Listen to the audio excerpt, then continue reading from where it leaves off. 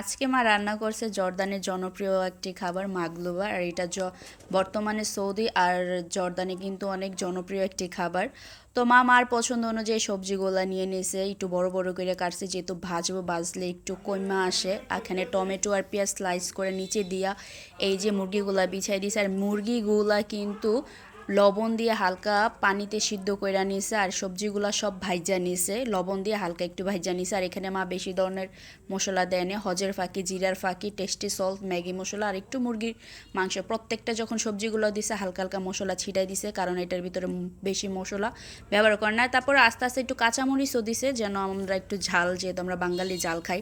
আর এটা কিন্তু সিদ্ধ করে দেয় না, চালটা চালটা হচ্ছে শুধুই ধুইয়া দিয়া দিছে, কারণ এটা দমে হইয়া যাবো। আর এই যে পানিগুলোও মা লাস্টে দিয়ে দিছে, যে পানিটা দিয়ে মুরগিটা সিদ্ধ করা হয়েছে।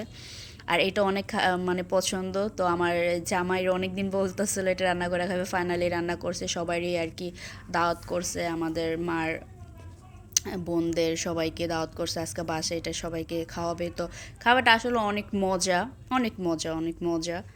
তো কে কে খাইছেন জানাবেন, এটা যারা বিদেশে থাকে।